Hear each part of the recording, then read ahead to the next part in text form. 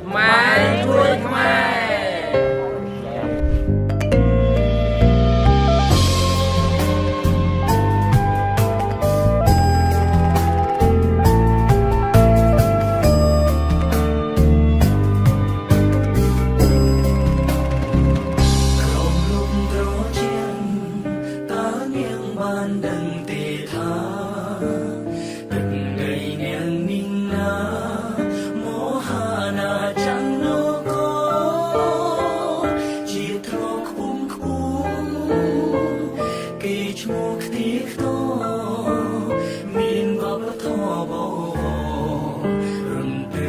មកខាងក្រុមហ៊ុនណាដែរបងបាទហ៊ុន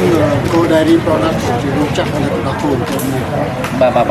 គេនេះឧបត្ថម្ភប្រហែលដែរគេនេះយើងមានទឹកដោះគោយើងមានតាបយើងមានសភៅបាទ